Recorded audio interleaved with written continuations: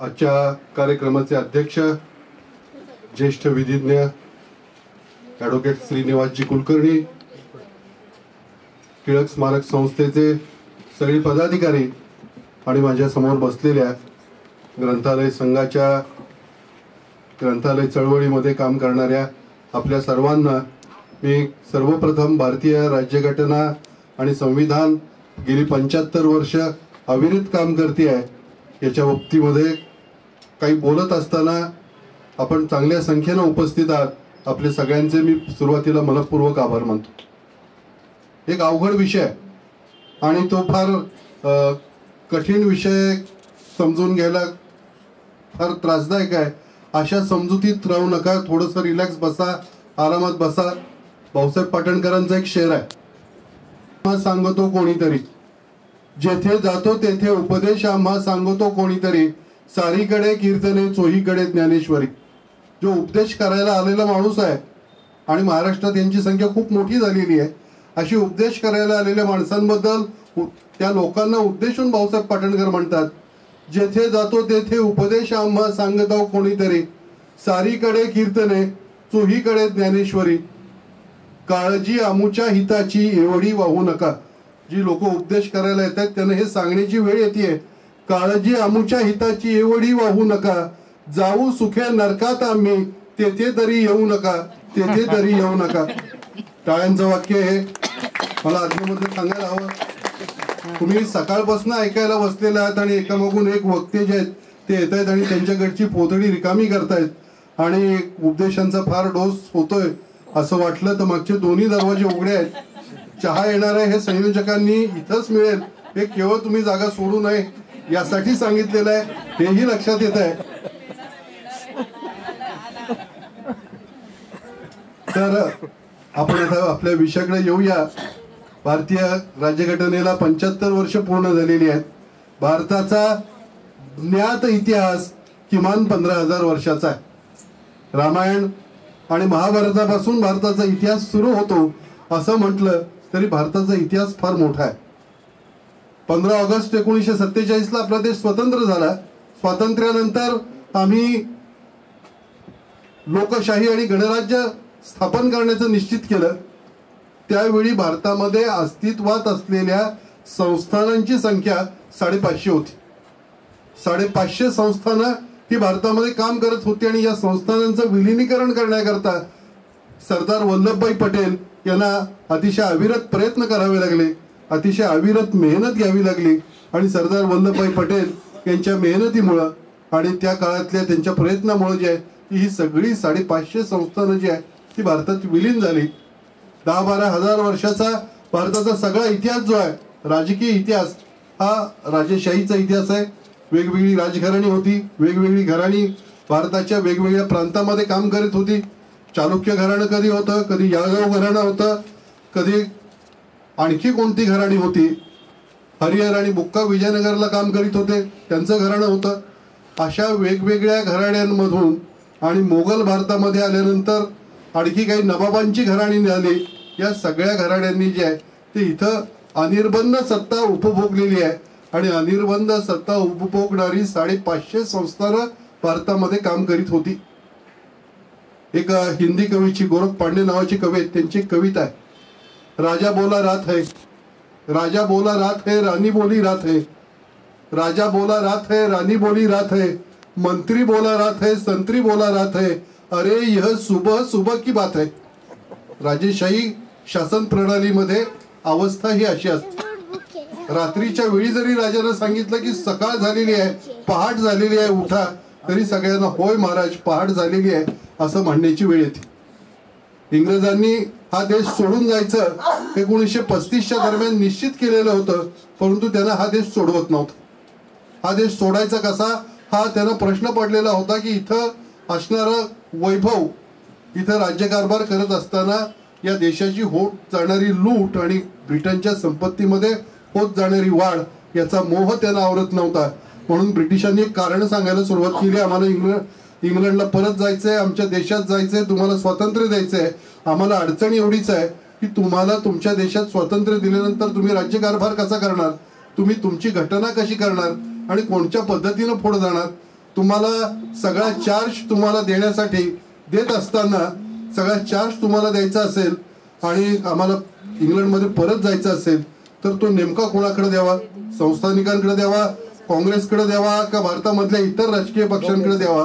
अशा प्रकारची एक शंका जी आहे ती आमच्या मनामध्ये निर्माण होतीये आणि अशा स्वरूपाची शंका आमच्या मनामध्ये निर्माण झालेली असल्यामुळे जे आहे ते आम्हाला काय करावं हा प्रश्न पडतोय. त्याला पंडित नेहरूंनी उत्तर दिलेलं होतं की तुम्ही जा, आमचं काय करायचं ते आमचं आम्ही बघतो, तुम्ही आमचं काय होईल आणि आमचं काय करायचंय याचा विचार करू नका. परंतु या देशाला स्वतःची राज्यघटना नाही, या देशाला स्वतःचा राज्यकारभार कसा करावा याच्याबद्दल या देशाकडे काही योजना नाहीत असं सांगण्याचा प्रयत्न ब्रिटिशांनी केला होता आणि त्या प्रयत्नावर आधारित राहून काही शेवटची वर्ष जे आहेत ते ब्रिटिश इथनं जायला तयार नव्हते. शेवटी त्यांना चले जाव सांगावं लागलं आणि त्यांना हाकलून द्यावं लागलं. त्यावेळी ब्रिटिश या देशातून निघून गेले. भारतामध्ये 26 जानेवारी 1950 आमची राज्यघटनेप्रमाणे आमचा राज्यकारभार सुरू झाला. भारतीय राज्यघटनेचा सरनामा आपल्या सगळ्यांना माहिती आहे. शालेय आणि महाविद्यालयीन जीवनामध्ये तो आता वाचून दाखवला जातो. बऱ्याच जणांना पाठही असेल. आम्ही भारतीय जनता भारताचं सार्वभौम धर्मनिरपेक्ष समाजवादी प्रजासत्ताक निर्माण करण्याचं आणि भारतातील सर्व नागरिकांना न्याय, समता, संधी आणि बंधुता याची हमी देण्याचं या राज्यघटनेद्वारे 26 नोव्हेंबर 1949 या दिवशी ठरवत आहोत. या राज्यघटनेची अंमलबजावणी जी आहे ती 26 जानेवारी या दिवशी का केली गेली तर या देशासाठी लाहोर अधिवेशनामध्ये संपूर्ण स्वातंत्र्याचा ठराव जो आहे तो 26 जानेवारी 1929च्या लाहोर अधिवेशनामध्ये मांडलेला होता. त्यामुळं लाहोर अधिवेशन, संपूर्ण स्वातंत्र्याचा ठराव आणि 26 जानेवारी याच्याशी तत्कालीन काँग्रेस नेत्यांच्या भावना ज्या आहेत त्या निगडीत होत्या आणि म्हणून 26 जानेवारी 1950 भारताची राज्यघटना जी आहे ती या देशामध्ये अंमलात आणली गेली. सुरुवातीच्या काळात खूप अडचणी आलेल्या आहेत. भारतीय राज्यघटना ही आपोआप तयार झालेली नाही. भारतरत्न डॉक्टर बाबासाहेब आंबेडकर हे मसुदा समितीचे अध्यक्ष होते. डॉक्टर राजेंद्र प्रसाद हे घटना समितीचे अध्यक्ष होते आणि तत्कालीन समाजातल्या वेगवेगळ्या क्षेत्रातली अतिशय दिग्गज मंडळी जी आहेत ती घटना समितीमध्ये आणि मसुदा समितीमध्ये काम करत होती. स्वातंत्र्याच्या चळवळीत लढणाऱ्या, स्वातंत्र्य चळवळीमध्ये स्वतःचं प्राणार्पण करणाऱ्या आणि स्वातंत्र्याची चळवळ लढत असताना आम्हाला या देशात कशा प्रकारचं राज्य निर्माण करायचं आहे याची जी स्वप्न भारतीयांनी पाहिलेली होती त्या स्वप्नांची सगळी रूपं, प्रतीकं जी आहेत ते आम्हाला आमच्या राज्यघटनेमध्ये दिसत आहेत. भारतामध्ये लोकशाही पद्धतीनं कारभार सुरू झाला आणि आता 75 वर्ष त्याला या वर्षी पूर्ण झाली 26 जानेवारी 2025. या 75 वर्षातली आमची वाटचाल कशी आहे आणि कोणत्या दिशेनं झालेली आहे याचा विचार बाकीचं जग करत राहिलेला आहे. या सगळ्या गोष्टींचा विचार करीत असताना आपल्याला एक गोष्ट अशी नक्की लक्षात येते की सुरुवातीला 1950 नंतर युरोपचं, अमेरिकन देशांचं भारताकडे लक्ष होतं. भारतासारख्या देशात लोकशाही टिकेल कशी? भारतामधला 70% समाज जो आहे तो अशिक्षित आहे, अडाणी आहे, त्यांना लिहिता वाचता येत नाही, त्यांच्याकडे विचार करण्याची क्षमता नाही. अशा परिस्थितीमध्ये अनेक वर्ष राजेशाही छत्राखाली राहिलेल्या आणि ब्रिटिश अंमलाखाली राहिलेल्या भारतीयांना लोकशाही शासन प्रणाली स्वीकारता येईल का आणि त्या पद्धतीनं कारभार करता येईल का अशी उगीच चिंता त्यांना वाटत होती. पण मला आपल्याला सांगू द्या की भारतानं गेल्या 75 वर्षामध्ये संविधानाप्रमाणे काम करत अशा पद्धतीनं स्वतःचा विकास करून घेतलेला आहे की ब्रिटन आणि अमेरिकेला आपल्याला सांगावं असं वाटतं की 19वे शतक हे ब्रिटनचं होतं, 20वे शतक हे अमेरिकेचं आहे आणि 21वे शतक हे केवळ आणि केवळ भारताचं आहे, कारण भारतीयांच्या हातात त्यांचं संविधान आहे. या टाळ्या माझ्या वाक्यापेक्षा चहा आला म्हणून वाजवल्या आहेत याची मलाही खात्री आहे. आणि चहा आणि चहावाला याची भीती आणि धास्ती जी आहे ती भारतीयांनी गेली 10-11 वर्ष घेतलेली आहे. भारतीय संविधानाचं हेही एक यश आहे हे मला आपल्याला सांगितलं पाहिजे की या देशामधला एक चहावाला गेली 11 वर्ष जो आहे चहा विक्रीचं काम करणारा चहावाला या देशाचा पंतप्रधान होऊ शकतो. हा चमत्कार केवळ आणि केवळ भारताच्या संविधानानं केलेला आहे. ही आमच्या गेल्या 75 वर्षाच्या लोकशाहीच्या आणि संविधानाच्या वाटचालीमध्ये आपल्याला नक्की लक्षात घ्यावं लागेल. भारतामध्ये लोकशाही रुजली. भारतीयांनी आणि भारतीय मतदारांनी आपण शहाणे आहोत, सजग आहोत, हुशार आहोत हे आपल्या कृतीतून, हे आपल्या वागण्यातून सातत्यानं दाखवून दिलं. इंदिरा गांधींनी या देशामध्ये आणीबाणी लादली. आणीबाणीनंतर भारतीयांनी जयप्रकाश नारायण यांच्या नेतृत्वामध्ये आंदोलन केलं आणीबाणीच्या काळामध्ये, आणि इंदिरा गांधींचा लोकसभेच्या निवडणुकीमध्ये दारुण पराभव झाला. भारतीय जनता शहाणी आहे. भारतीय जनतेला काय करायचं हे नक्की कळतं. भारतीय जनतेकडे विचारशक्ती आहे आणि मतपेटीतून परिवर्तन करण्याची विलक्षण क्षमता आणि निर्णय क्षमता जी आहे ती भारतीयांकडे आहे, हे आपण लक्षात घेतलं पाहिजे. हा प्रवास आणि ही वाटचाल ही एका दिवसात झालेली नाही भद्रेजी. ही लोकशाहीची वाटचाल करत असताना, संविधानाप्रमाणे वाटचाल करत असताना अगदी सुरुवातीला जो प्रश्न आलेला आहे तो प्रश्न या देशाची घटना राबवणाऱ्या त्यावेळच्या राज्यकर्त्यांना आला की आता निवडणुका घेतल्या पाहिजेत. आता आपल्याकडे मतदार याद्या तयार मिळत आहेत, मतदार याद्या गायब होत आहेत आणि मतदारांची नावंही गायब होत आहेत. पण त्यावेळी मतदार याद्याच नव्हत्या, नागरिकांची नावच नव्हती. नागरिकांना ओळखलं जाईल, आयडेंटिफाय केलं जाईल अशा प्रकारचं आधार कार्ड नव्हतं, रेशन कार्ड नव्हतं, पॅन कार्ड नव्हतं, आणखी काही नव्हतं.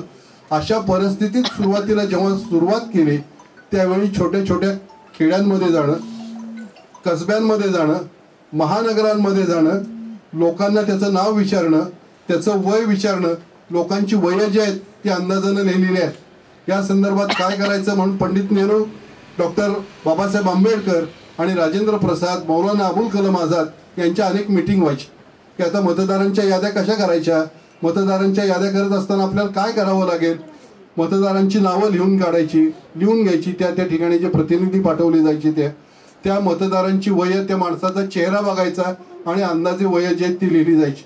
मग कोणाचं वय 5-10 वर्षानं कमी होईल किंवा जास्त होईल, जो ऑब्झर्वर असेल, बघायला गेलेला तिथला स्थानिक शिक्षक असेल, स्थानिक लोकसेवक असेल, त्याला जे वाटेल आणि जेवढं वाटेल तेवढं वय लिहिलं. कित्येक लोकांना जी आहे ती त्यांची आडनावं नव्हती, आडनावं सांगता येत नव्हती. मग कोणाच्या व्यवसायावरून, कोणाच्या जातीवरून, कोणाच्या धर्मावरून, कोणाच्या उद्योगावरून जे आहे ती त्यांची आडनावं लिहिली गेली आणि अशा सुरुवातीला जे आहेत ते मतदार याद्या तयार केल्या. मतपत्रिका तयार करणं, मतदान घेणं, त्याच्यासाठी वेगवेगळी सिम्बॉल्स म्हणजे चिन्ह लोकांना वाचता येत नाही, लिहिता येत नाही, चिन्हावरून लोकांना तो पक्ष, तो उमेदवार लक्षात येईल यासाठी चिन्हांचा वापर करायचा असं ठरलं आणि मग पहिली निवडणूक जी आहे ती या देशामध्ये झाली. या देशामध्ये निवडणूक प्रक्रिया तयार करणं आणि ती राबवणं यामध्ये भारतीयांना, त्यावेळच्या राज्यकर्त्यांना खूप मोठा त्रास जो आहे तो सहन करावा लागला. हा सगळा त्रास त्यांनी सहन केला आणि एक अद्भुत शासन प्रणाली जी आहे ती त्यांनी भारताला दिली. गेली 175 वर्ष गेली. भारताची लोकशाही जी आहे ती अतिशय ठणठणीत आहे. भारतीय लोकशाहीला कधीतरी घरघर लागेल, भारतातली लोकशाही जी आहे ती कधीतरी संपून जाईल आणि भारतीय लोकशाही जी आहे ती दीर्घकाळ काम करणार नाही असा अनेकांचा होरा होता, अंदाज होता. गेली 75 वर्ष सुजाण भारतीय नागरिकांनी आणि घटनेच्या रक्षकांनी, त्याच्यासाठी घटनेसाठी लढणाऱ्या सामान्य योद्ध्यांनी ही समजूत जी आहे ती खोटी करून दाखवलेली आहे आणि भारतीय राज्यघटना ही यावत चंद्र दिवाकरो, चंद्र सूर्य आकाशात आहेत तोपर्यंत भारतीय राज्यघटना जी आहे ती अबाधित राहील अशा पद्धतीचं वातावरण जे आहे ते भारतीयांनी जे आहे ते निर्माण केलेलं आहे. याचा अर्थ आमच्या राज्यघटनेमध्ये, आमच्या संविधानामध्ये आणि आमच्या शासन प्रणालीत कोणते दोषच नाहीत अशातला भाग नाही. आज ईव्हीएम बद्दल काही तक्रारी सुरू आहेत आणि वादळ सुरू आहेत, निवडणूक प्रक्रियेमध्ये काही गोंधळ सुरू आहेत, पण ज्याही तक्रारी जी असतील, ज्याही अडचणी असतील त्या अडचणी आम्ही सगळे भारतीय एकत्र बसू आणि त्या अडचणींची सोडवणूक करू. त्यासाठी आम्हाला वेगळ्या काही गोष्टींची आवश्यकता नाही. एक गोष्ट लक्षात ठेवली पाहिजे की या देशाच्या संविधानामुळे काय होतं, या देशामधला सगळ्यात जास्त पैसा असणारा कोणीतरी अंबानी असेल, कोणीतरी अदानी असेल, तो सगळ्यात जास्त पैसेवाला म्हणून श्रीमंत लोकांच्या यादीत स्वतःचं पहिलं नाव आणू शकतो. तो राजकीय पक्ष, अशा प्रकारचे उद्योजक राजकीय पक्ष विकत घेऊ शकतात आणि विकूही शकतात पण या देशाचं पंतप्रधान होणं, या देशाचा राष्ट्रपती होणं हे केवळ कोणाकडे पैसा आहे म्हणून त्याला शक्य होत नाही. हे या देशातल्या संविधानाचं खूप मोठं यश आहे. युरोप सारख्या देशांमध्ये, इंग्लंड सारख्या देशामध्ये विशेषतः स्त्रियांना मतदानाचा अधिकार लढून मिळवावा लागला. भारतामध्ये स्त्रियांना मतदानाच्या अधिकारासाठी लढावं लागलेलं नाहीये. तो अधिकार जो आहे तो आम्हाला आमच्या संविधानानं जे आहे ते ताबडतोब दिलेला आहे. भारतीय राज्यघटना आणि त्याची काही वैशिष्ट्ये जी आहेत ती इतर देशांपेक्षा अतिशय वेगळी आहेत. म्हणजे काही लोक भारतीय राज्यघटनेवर आणि घटनाकारांवर टीका करताना असं म्हणतात की जगातल्या इतर देशातल्या राज्यघटनांमधल्या थोड्या थोड्या गोष्टी घेतल्या गेल्या आणि भारताची राज्यघटना तयार केली गेली आणि अशा प्रकारची राज्यघटना जी आहे ती भारताची आहे. ही गोष्ट जी आहे ती पूर्णतः चुकीची आहे हे आपल्याला सांगितलं पाहिजे. इंग्लंडची राज्यघटना ही लिखित राज्यघटना नाही. इंग्लंडची राज्यघटना ही बरीचशी त्यांच्या 500-700 वर्षाच्या चालीरीतीवर, ट्रॅडिशन्सवर आणि त्यांच्या दिलेल्या निर्णयांवर पुढे जाणारी राज्यघटना आहे.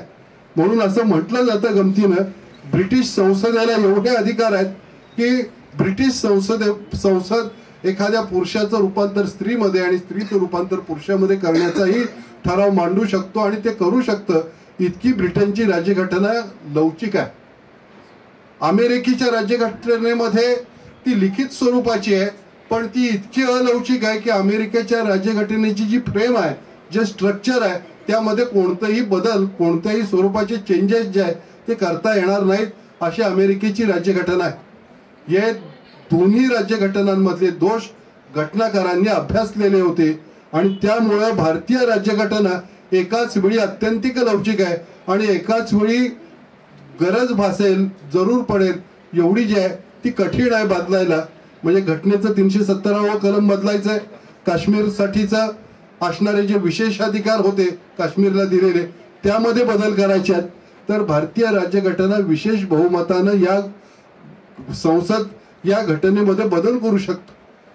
भारतीय राज्यघटनेमध्ये ज्या दुरुस्त्या झालेल्या आहेत आतापर्यंत त्या दुरुस्त्यांची संख्या जर आपण बघितली तर भारतीय राज्यघटनेमध्ये परिस्थितीप्रमाणे येणाऱ्या काळाप्रमाणे जे आहे ते पुढच्या पिढ्यांनी आमच्यावरच अवलंबून राहावं असं डॉक्टर बाबासाहेब आंबेडकरांना वाटत नव्हतं आणि मसुदा समितीतल्या इतर लोकांनाही वाटत नव्हतं. भविष्यात भारतीयांना काही अडचणी आल्या, काही संकट आली, काही प्रश्न त्यांच्या समोर निर्माण झाले तर या अडचणींना, या प्रश्नांना, या समस्यांना तोंड देण्यासाठी त्यांना त्यांच्या काळात स्वतःला हवी तशी उत्तरं शोधता यायला हवीत असं घटनाकारांचं स्वतःचं मत होतं. आणि म्हणून बदलत्या परिस्थितीमध्ये तुम्हाला घटना बदलायची असेल, घटनेमध्ये दुरुस्त्या करायच्या असतील, मूळ घटनेचा ढाचा बदलता येणार नाही पण घटनेतल्या काही कलमांमध्ये दुरुस्त्या करायच्या असतील तर त्या दुरुस्त्या करण्याचे अधिकार जे आहेत ते घटनाकारांनी अत्यंत उदारपणाने जे आहेत ते पुढच्या पिढ्यांना दिलेले आहेत. हे भारतीय राज्यघटनेचं सगळ्यात मोठं वैशिष्ट्य आहे. भारतीय राज्यघटनेचं त्या पुढचं वैशिष्ट्य असं आहे, आर्टिकल 14 मध्ये सांगितलेलं की राईट टू इक्वॅलिटी, समानतेचा अधिकार आहे आणि इक्वल प्रोटेक्शन ऑफ लॉ, या दोन गोष्टींनी सगळ्या भारतीयांना समान पातळीवर आणलेलं आहे. एखाद्या संस्थांचा अधिपती असू देत, नाहीतर त्या संस्थांमध्ये शेती करणारा सर्वसामान्य शेतकरी असू देत, प्रत्येकाला एकाच मताचा अधिकार आहे, त्यापेक्षा अधिक मताचा अधिकार नाही. एखाद्या राजानं एखादा गुन्हा केला तरी त्याला न्याय व्यवस्थेला सामोरं जावं लागेल आणि त्याला शिक्षेलाही सामोरं जावं लागेल. आणि एखाद्या गरीब शेतमजुरानं, भूमिहीन माणसानं एखादा गुन्हा केला तरी या न्याय व्यवस्थेला त्याला सामोरं जावं लागेल. त्याला इक्वॅलिटी बिफोर लॉ, कायद्यासमोर सगळे समान आहेत आणि कायद्याचं सगळ्यांना समान संरक्षण मिळेल ही व्यवस्था आमच्या राज्यघटनेमध्ये केलेली आहे. एक फ्रेंच तत्ववेत्ता होता, त्याचं नाव व्हॉल्टेअर असं आहे. तो व्हॉल्टेअर जो आहे तो असं म्हणत असे अभिव्यक्ती स्वातंत्र्याबद्दल की अभिव्यक्ती स्वातंत्र्य म्हणजे नेमकं काय, अभिव्यक्ती स्वातंत्र्य कशाला म्हणायचं. एखादा माणूस अतिशय अप्रिय बोलतोय, तो माझ्याबद्दलच बोलतोय, माझ्यावरच टीका करतोय, तरीही तो जे बोलतो आहे, जी टीका करतो आहे ती टीका करण्याचा त्याला अधिकार आहे म्हणून मी ती सहन करणं आणि ऐकून घेणं याचा अर्थ अभिव्यक्ती स्वातंत्र्य आहे. युरोपमधल्या अनेक देशांमध्ये अशा पद्धतीनं अभिव्यक्ती स्वातंत्र्याचा पुरस्कार करणाऱ्या अनेक चळवळी, अनेक संघटना आणि अनेक संस्था आहेत. भारतामध्ये अभिव्यक्ती स्वातंत्र्याचा पुरस्कार करणाऱ्या चळवळी, संस्था आणि संघटना नसतानाही गेल्या 75 वर्षामध्ये भारतीयांनी आपलं अभिव्यक्ती स्वातंत्र्य पुरेपूर उपभोगलेलं आहे. भारतीयांनी अभिव्यक्ती स्वातंत्र्याचा वापर जो आहे तो केलेला आहे आणि ठिकठिकाणी अभिव्यक्ती स्वातंत्र्य जे आहे हे अतिशय चांगल्या पद्धतीने भारतीयांना उपभोगायला मिळालंय. जिथं जिथं भारतीयांच्या अभिव्यक्ती स्वातंत्र्याची गळचेपी होती आहे असं आम्हाला वाटतंय, असं भारतीयांना वाटतंय, तिथं तिथं भारतीय जे ते आंदोलन करायला उभे राहिलेले आहेत. आणीबाणीच्या काळामध्ये भारतीयांच्या अभिव्यक्ती स्वातंत्र्याला त्याच्यावर घाला घातला गेला असं काहींचं मत झालं. अशा वेळी भारतीय संघटितपणानं उठलेले आहेत आणि आपल्या अभिव्यक्ती स्वातंत्र्याचं रक्षण करण्यासाठी उभे राहिलेले. ज्याही काळामध्ये ज्याही राजवटीमध्ये भारतीयांच्या अभिव्यक्ती स्वातंत्र्यावर घाला घातला जातो असं भारतीयांना वाटतं, तिथं भारतीय ठामपणानं उभे राहिलेले आहेत.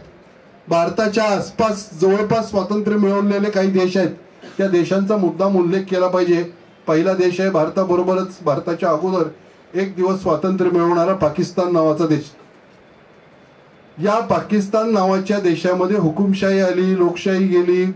तिथला हुकुमशाह देश सोडून गेला, तिथला लोकशाहीवादी पंतप्रधान नवाज शरीफ सारखा देश सोडून गेला. तिथं इम्रान खान सारखा क्रिकेटपटू जो आहे तो लष्कराच्या मदतीनं जे आहे ते देशाचा पंतप्रधान झाला आणि लष्कराच्याच कारवायांमुळे जे आहे ती त्याला जन्मठेपेची शिक्षाही झाली. म्हणजे भारताच्या शेजारचं पाकिस्तान सारखं राज्य, पाकिस्तान सारखा देश जो आहे तो अशा पद्धतीनं हुकुमशाहीच्या दिशेनं झुकलेला आपण गेल्या 75 वर्षात पाहतोय. शेजारी असलेल्या बांगलादेशची परिस्थिती ही देखील त्यापेक्षा फारशी वेगळी नाही. 1971 साली भारतानंच बांगलादेशला स्वातंत्र्य मिळवून दिलं. या पार्श्वभूमीवर भारताची लोकशाही प्रधान देश म्हणून झालेली वाटचाल जी आहे ती विशेष लक्षणीय आहे. आमच्या घटनेच्या सरनाम्याचा हा आम्हाला अतिशय अभिमान आहे. अभिमान आहे म्हणजे काय की हा घटनेचा सरनामाच सांगतो की आम्ही भारतीय जनता, भारताचं कोण सांगतं हे भारतीय जनता, हे सार्वभौम धर्मनिरपेक्ष गणराज्य निर्माण करण्याचं कोणी ठरवलेलं आहे? आम्ही ठरवलेलं आहे. आम्ही कोण आहोत? भारतीय जनता आहे. कोणासाठी करतो आहोत आम्ही हे? आमच्यासाठी, भारतीय जनतेसाठी करतो आहोत.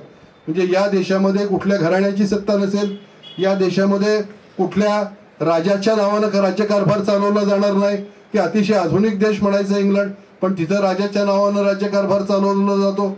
अतिशय आधुनिक देश म्हणायचं जपान, पण तिथंही राजेशाही शासन प्रणाली अद्याप अस्तित्वात आहे आणि राजाच्या नावानं राज्यकारभार चालवला जातो. अशी शासन प्रणाली भारतात नाही. भारतामध्ये लोक हे सार्वभौम आहेत. सर्वसामान्य माणूस हाच शिखरावर आहे. सर्वसामान्य माणूस हाच या देशाच्या कारभाराचा केंद्रबिंदू आहे. सर्वसामान्य माणसाला मध्यवर्ती ठेवून या देशाची राज्यघटना केलेली आहे हे सरनाम्यामध्ये सांगितलेलं आहे. सार्वभौम, आमच्यावर कोणाची सत्ता नाही. धर्मनिरपेक्ष हा शब्द वापरलेला आहे. याचा अर्थ आम्हाला प्रत्येकाला आपल्या धर्माचं पालन करण्याचा अधिकार आहे, परंतु प्रत्येकाला आपल्या धर्माप्रमाणे आपल्या घरात वागावं लागेल, आपल्या कुटुंबात वागावं लागेल. भारत देशाला स्वतःचा कोणताही धर्म नाही हे या राज्यघटनेनं सांगितलेलं आहे. आणि म्हणून जेव्हा आम्हाला आमचे धर्मग्रंथ आणि भारतीय राज्यघटना यापैकी एकाची निवड करावी लागते, अशी निवड करण्याची जर वेळ आली तर भारतीयांना प्रिय असणारा, हिंदूंना प्रिय असणारा धर्मग्रंथ भगवद्गीता हा बाजूला ठेवून जो आहे तो हातामध्ये भारताची राज्यघटना घेऊन भारतीय राज्यघटनेप्रमाणे आम्ही चालू शकू आणि वागू शकू असं सांगण्याची ताकद जी आहे ती आमच्याकडे आहे. प्रत्येक धर्मीयानं आपले धर्मग्रंथ बाजूला ठेवले आणि धर्मग्रंथाच्या ऐवजी आमची राज्यघटना सर्वश्रेष्ठ आहे, आमची राज्यघटना ही सार्वभौम आहे असं समजून जर भविष्याची वाटचाल करायचं ठरवलं तर अशा प्रकारची वाटचाल करीत असताना, अशा प्रकारची वाटचाल जर करायचं ठरवलं तर भारतीय लोकशाही आणि आमचं संविधान हे अतिशय अधिक बळकट होईल. अमेरिकेतलं एक उदाहरण मला आपल्याला सांगितलं पाहिजे की अमेरिकेमध्ये 19व्या शतकामध्ये उत्तरेकडची राज्य आणि दक्षिणेकडची राज्य याच्यामध्ये वाद निर्माण झाला. ती राज्य एकमेकांसाठी लढाईला उभी राहिली. दक्षिणेकडच्या राज्यांमध्ये आणि उत्तरेकडच्या राज्यांमध्ये लढाई सदृश परिस्थिती निर्माण झाली. सैन्य काही दक्षिणेकडच्या राज्यांमध्ये गेलं, उत्तरेकडच्या राज्यांमध्ये गेलं. अमेरिकेमधल्या राज्यांमधलेही वाद अशा पद्धतीनं अगदी टोकाला गेलेले जे आहेत ते आपल्याला पाहायला मिळालं. भारतात असा प्रकार कधीच घडलेला नाही. भारतामध्ये आंध्र प्रदेशचं, तेलंगणा आणि आंध्र ही 2 राज्य झाली. उत्तर प्रदेशचं उत्तरांचल प्रदेश आणि उत्तर प्रदेश अशी 2 राज्य झाली.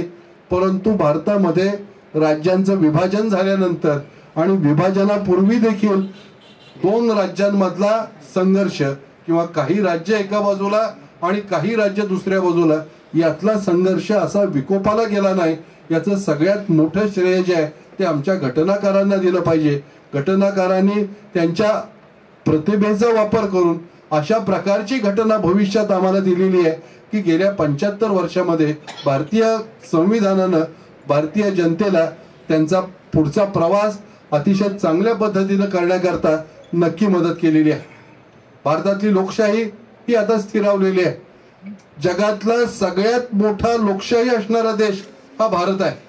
अमेरिकेपेक्षा लोकसंख्येचा विचार केला तर सर्वाधिक मोठी लोकसंख्या असलेला आणि लोकशाही शासन प्रणाली असणारा देश म्हणून आमची ओळख जी आहे ती गेल्या 75 वर्षामध्ये आमच्या राज्यघटनेमुळे आम्ही लोकांना देऊ केलेली आहे.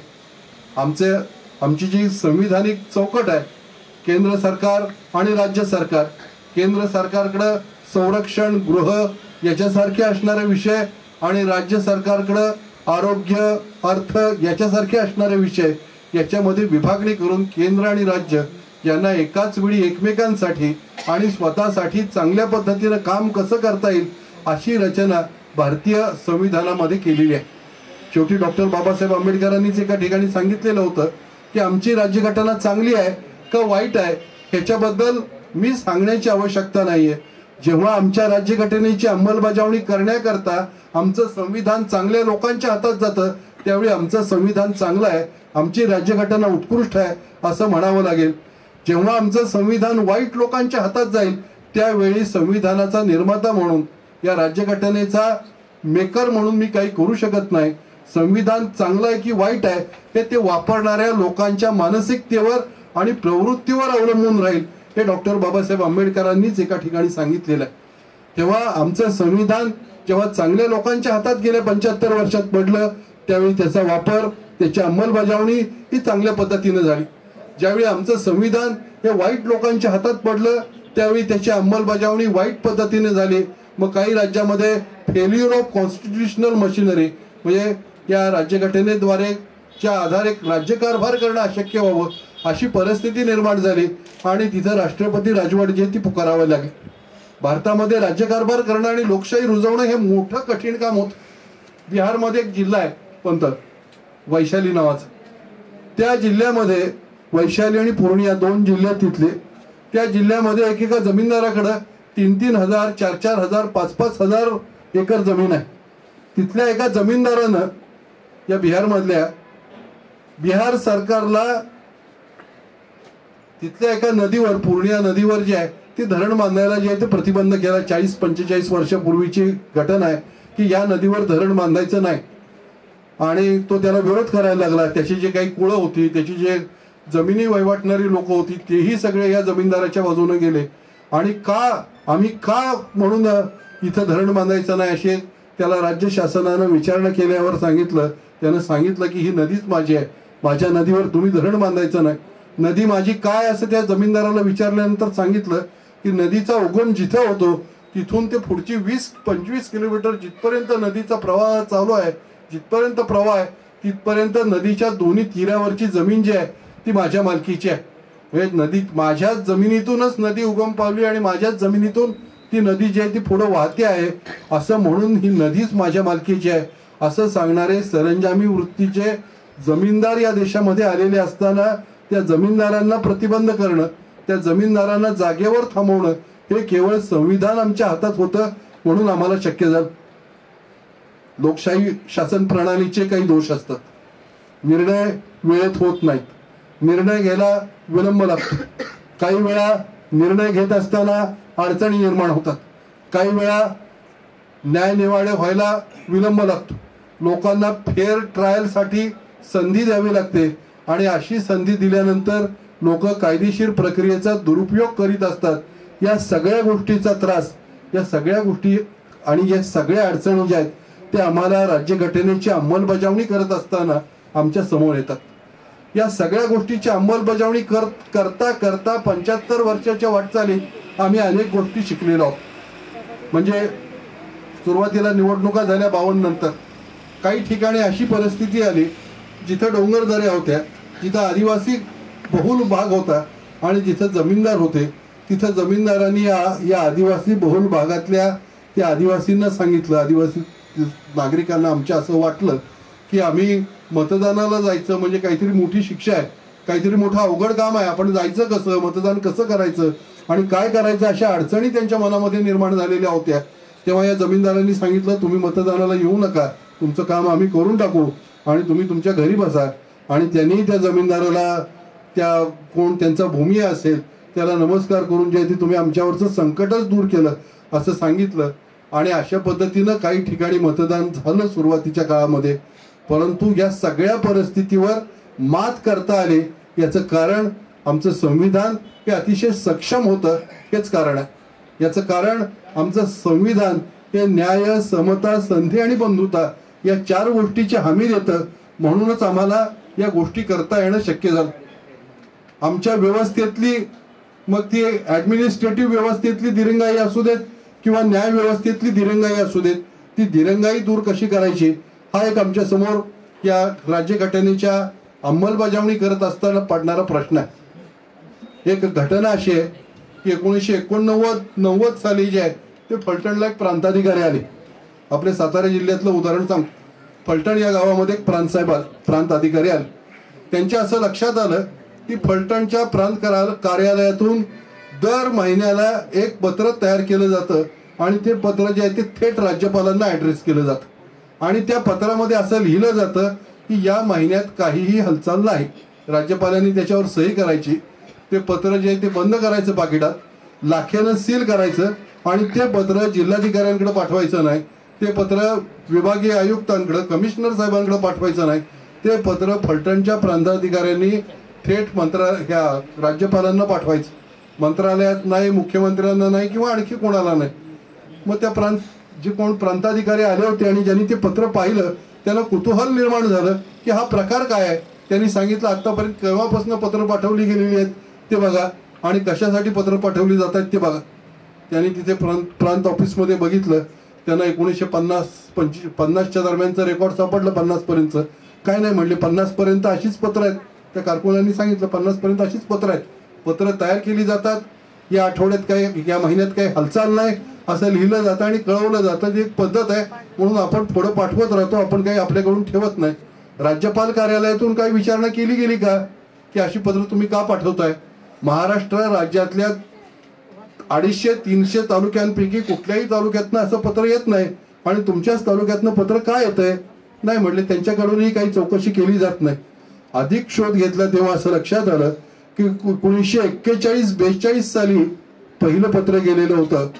फलटणचे त्यावेळेचे जे संस्थानिक होते श्रीमंत मालोजीराव नाईक निंबाळकर त्यांच्या कालखंडामधलं पहिलं पत्र आहे. आणि ब्रिटिश सरकारला, मुंबईच्या गव्हर्नरला अशी शंका होती की क्रांतिसिंह नाना पाटलांनी सरकार स्थापन केलं. त्यांचे क्रांतिकारक सातारा जिल्ह्यात सगळीकडे फिरत होते. या क्रांतिकारकांना मदत करण्याचं काम जे आहे ते फलटणचे संस्थानिक करतायत. त्यांच्याकडून त्यांना आर्थिक मदत केली जाते. जे गुन्हेगार म्हणून ब्रिटिशांनी जाहीर केलेले क्रांतिकारक आहेत त्यांना सहकार्य केलं जातंय, त्यांना कुठेतरी मदत केली जाते, त्यांना लपवण्यासाठी संधी दिली जाते. अशा शंका त्यांना आल्यानंतर मुंबईच्या गव्हर्नरनं पहिला आदेश केलेला होता की फलटणच्या मालोजीराव निंबाळकरांच्या वर नजर ठेवा आणि दर आठवड्याला तुम्ही कलेक्टरला रिपोर्ट करू नका, कमिशनरला करू नका, थेट राज्यपालाला, गव्हर्नरला रिपोर्ट करा आणि गव्हर्नरला सांगा की या आठवड्यात काय हालचाल होती येते, या आठवड्यात काय घटना होती येते. आणि त्याप्रमाणे ते रिपोर्टिंग जे आहे ते सुरू झालेलं होतं. आणि ते रिपोर्टिंग मग या आठवड्यात हा भेटून गेला, या आठवड्यात यशवंतराव चव्हाण भेटून गेले, या आठवड्यात नाना पाटील आले होते ते मालोजीराजांना भेटून गेले, या आठवड्यात नागनाथ अण्णा नायकवडे आले होते. ते अशा काही नोंदी आहेत. आणि शेवटी कधीतरी 46-47 ची नोंद आली की या आठवड्यात, मग आता त्यांनी सांगितलं फार हालचाली नाहीत, 15 दिवसानं पाठवा. परत सांगितलं फार हालचाली नाहीत, 1 महिन्यानं पाठवा. आणि दर 1 महिन्याला रिपोर्ट जायला लागला की या महिन्यात कोणतीही हालचाल नाही. या महिन्यात कोणतीही हालचाल नाही. 1988-89 पर्यंत अशा प्रकारची पत्र जी आहेत ती पाठवली जात होती. याला शासकीय यंत्रणेमधला आपल्याला दिरंगाई म्हणता येईल. शासकीय यंत्रणेमधले जी लाल फितीमध्ये अडकलेला कारभार आहे तो म्हणता येईल. लोकशाही शासन प्रणालीमध्ये भ्रष्टाचाराचं प्रमाण सुद्धा मोठं राहतं. तो दोष आमच्या व्यवस्थेमध्ये. हे सगळे दोष जे आहेत की जे हुकुमशाही शासन प्रणालीत नसतात. शेजारचा चीनचा देश आहे. चीनमध्ये कम्युनिस्ट क्रांती झाली. चीन जे आहे ते कम्युनिस्ट चालवतात. कम्युनिस्टांनी चीनची फार प्रगती केली म्हणून चीनचं कौतुक केलं जातं. परंतु तिथं अभिव्यक्ती स्वातंत्र्य नाही, तिथं विचार स्वातंत्र्य नाही, तिथं इतर कोणाला आपल्या देशाच्या राष्ट्रपतींबद्दल किंवा आणखी कोणाबद्दल जे आहे ते आपलं मोकळेपणानं मत जे आहे ते व्यक्त करता येईल अशा प्रकारची परिस्थिती नाही. असा प्रकार भारतामध्ये नाही. भारतामध्ये ज्या व्यक्तीविरुद्ध बोलायचंय, ज्या व्यक्तीच्या संदर्भात बोलायचंय त्या व्यक्तीविरुद्ध बोलण्याचा पूर्ण अधिकार जो आहे तो भारतीय राज्यघटनेनं संविधानानं अभिव्यक्त होण्याचा अधिकार, संचार करण्याचं स्वातंत्र्य, व्यवसाय करण्याचं स्वातंत्र्य जे आहे ते प्रत्येक भारतीयाला दिलेलं आहे. आणि या सगळ्या स्वातंत्र्याचा अनिर्बंध वापर गेली 75 वर्ष आपण करत आहोत. आणि एक यशस्वी शासन प्रणाली जी आहे ती आपण जी आहे ती गेली 75 वर्ष जी आहे ती संविधानाच्या माध्यमातून लोकशाही शासन प्रणाली ही या देशामध्ये त्याची बीज रुजवलेली आहेत. आणि त्याचा वापर करून आपण आपलं जीवन आणि आपलं आयुष्य अतिशय चांगल्या पद्धतीने जे आहे ते समृद्ध करण्याचा प्रयत्न केलेला आहे. 21वं शतक हे केवळ आणि केवळ भारतीयांचं आहे असं जेव्हा आपण म्हणतो त्यावेळी आमच्या हातात संविधान आहे. त्यावेळी भारतीय जनता ही सार्वभौम असल्यामुळं भारतीय जनता ही गेल्या 75 वर्षात क्वचित गुलामगिरीचा अनुभव करू शकलेली आहे किंवा तिला सामना करावा लागलेला आहे. भारतीय जनतेला अनिर्बंध आणि तुमच्या स्वातंत्र्याची किंमत जी आहे ती अन्य कशाला नाही. तुमचं स्वतंत्र राहणं याच्यासारखं सुख, स्वातंत्र्यामध्ये जे सुख आहे ते सुख अन्य कशामध्येही नाहीये असं अनेक विचारवंतांनी म्हटलेलं आहे. हे स्वातंत्र्याचं सुख गेली 75 वर्ष आम्ही अनुभवतो आहोत. त्याचं सगळ्यात महत्वाचं कारण म्हणजे आमचं सार्वभौम असलेलं संविधान आहे. आमच्या 75 वर्षाच्या वाटचालीमध्ये अनेक अडचणी आल्या. आजही अनेक अडचणी आमच्या समोर आहेत. आजही अनेक जटिल प्रश्न आमच्या समोर आहेत. आमच्या प्रगतीचा वेग चीन इतका का नाही, आमच्या प्रगतीचा वेग जो आहे तो इस्रायल इतका का नाही, अशा प्रकारचे प्रश्न विचारले जातात. परंतु प्रगतीचा तो वेग साध्य करण्याकरता हुकुमशाही आणि लोकांच्या अभिव्यक्ती स्वातंत्र्यावर घाला घालावा लागतो. असा घाला घातला तर तो प्रगतीचा वेग राहू शकतो. आम्ही अशा प्रगतीच्या विरोधात आहोत.